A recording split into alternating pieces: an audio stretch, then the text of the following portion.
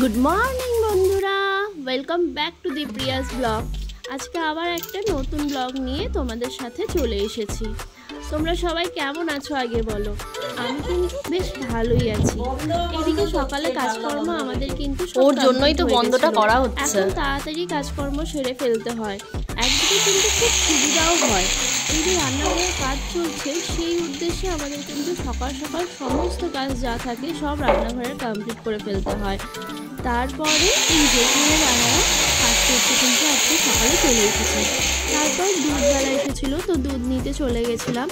দুধ নিয়ে তারপরে আমি দুধটাকে গরম করে নিয়েছিলাম। আজকে কিন্তু ভীষণই স্পেশাল একটা দিন বন্ধুরা, তোমরা সবাই সাথে থেকো শেষ পর্যন্ত, তাহলে দেখতে পাবে আজকে কেন স্পেশাল দিন বললাম আমি। এইখানে দেখো দাদার সামনে ক্যামেরা ধরে মর্নিং বলেছি বলে লজ্জাটাই না পেলো। আর এইদিকে দেখো রিশুর কিন্তু দুষ্টুমি শুরু হয়ে গেছে। ওইদিকে আমি রান্না বান্না করছি, এইদিকে রিশুর দুষ্টুমি অন আছে। এবার ওর আবদার উপরে উঠবে, রান্নাঘরের স্ল্যাপে ওপরে উঠে বসবে। তো তাই করতে হলো, ওর আবদারটা পুরো তো করতেই হবে, না হলে কান্না শুরু হয়ে যায়। এই যে ওইখানে বসে টুকিটাকি জিনিসপত্র নিয়ে খেলাধুলা করছে। তারপর হঠাৎ আমার সব কমপ্লিট হয়ে গেছিলো, তো আমি বসেছিলাম। হঠাৎ দেখি একটা কুরিয়ার এলো। আমি ভাবছি আমি তো কোনো কুরিয়ার অর্ডার করিনি, কিছুই অর্ডার করিনি, তাহলে এই পেড কুরিয়ারটা এলো কোথার থেকে। তারপর তোমাদের দাদাভাইকে ফোন করাতে জানতে পারলাম যে ও আমার জন্য নাকি একটা সারপ্রাইজ গিফট দিয়েছে। তো সেটা আমি ওপেন করে দেখছি যে এখানে কি আছে সারপ্রাইজটা। মাঝে মাঝে কিন্তু এরকম সারপ্রাইজ পেতে ভীষণই ভালো লাগে, কি তাই না? আচ্ছা তোমরা কারা এরকম নিজের কাছের মানুষের থেকে মাঝে মাঝে সারপ্রাইজ পাও, আমাকে কিন্তু অবশ্যই কমেন্টে জানিও। এই যে এখানে তোমাদের দাদাভাই আমাকে একটা খুব সুন্দর ব্যাগ গিফট করেছে। ওয়াও, দেখে তো আমার ভীষণ পছন্দ হয়েছে। রিশু ঠাম্মির সাথে ফুটবল নিয়ে খেলছে, আমি অবশ্যই ভীষণ ভালোবাসে। তারপর ওকে খাইয়ে দিয়েছিলাম, খাইয়ে একটু স্নান করিয়ে ঘুম পাড়িয়ে দিয়েছিলাম। তারপরে ব্লগটা কিন্তু আমি সন্ধ্যে থেকেই স্টার্ট করেছি, কারণ ওই যে বললাম আজকে ভীষণ স্পেশাল একটা দিন। সত্যি বলতে আমরাও জানতাম না যে আজকের দিনটা এত স্পেশাল। পরে সন্ধ্যেবেলায় ওর পিপি ফোন করাতে বুঝতে পারলাম আজকে নাকি আমাদের পিসিমণির জন্মদিন। তো সেই জন্য চলে গেছিলাম সন্ধ্যেবেলা ওদের বাড়িতে। এই দেখো এখানে কিন্তু সবাই চলে এসেছে, আর দেখে মনে হচ্ছে আমরাই সব থেকে লেটে গিয়ে পৌঁছেছি। তো যাই হোক, সবার সাথে দেখা সাক্ষাৎ করার পরে আমরা একটু বাজারে গেছিলাম। আমরা তো আগে জানতাম না যে আজকে পিসিমণির জন্মদিন, তো জানার পরে টুক করে বাজারে চলে গেছিলাম একটা ছোট্ট করে গিফট নিতে। আর এই যে এটা হলো আমাদের ছোট ননদিনী। ছোট ননদিনী এখানে কিন্তু খুব কমই আসে, তো এই প্রথমবার ব্লগে ওকে দেখাতে পেরেছি। আর এই যে এখানে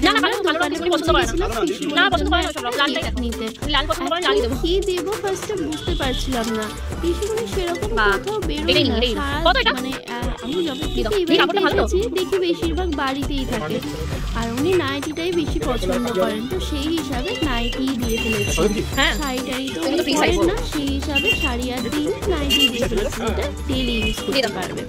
তারপর এদিকে দেখো আমরা এগরোল নিতে চলে গেছিলাম সন্ধ্যের টিফিনের জন্য। মোট 13টা এগরোল বানাতে আমাদের দাদা কিন্তু নিয়ে নিয়েছিল 40 মিনিট সময়। 40 মিনিট সময় কাটানোর পরে এই যে এসে এখানে আগে গিফট দিয়ে ফেলেছিলাম। গিফট দিয়ে পিসিমণিকে রেডি করে নিয়েছি কেক কাটিং এর জন্য।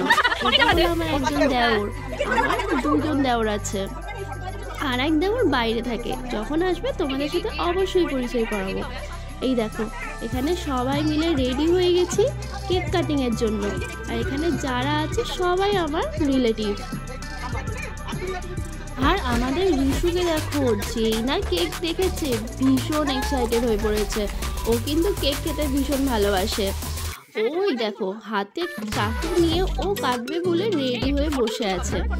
যাই হোক, তারপর সবাই মিলে আনন্দ করতে করতে সন্ধ্যেটা কিন্তু বেশ ভালোভাবে কাটালাম, খাওয়া দাওয়া জমিয়ে আড্ডা।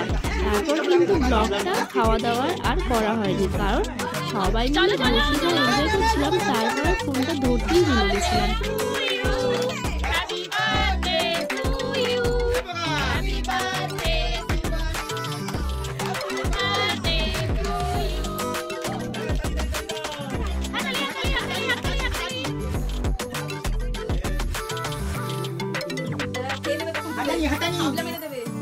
ওর খুশি দেখো।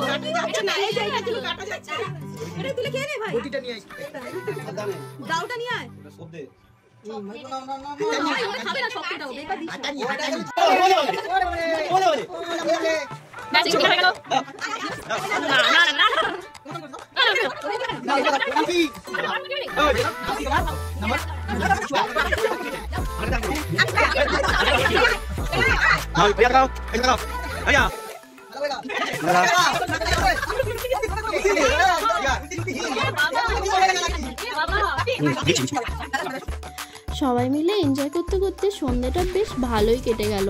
তারপর এইদিকে দেখো তোমাদের দাদা ভাই আজকে ট্যাঙ্কটা পরিষ্কার করতে ব্যস্ত ছিল। চলো আজকের ভিডিওটা এই পর্যন্তই। যদি তোমাদের কিছু ভালো লেগে থাকে তাহলে please like, comment and subscribe my channel. Tata.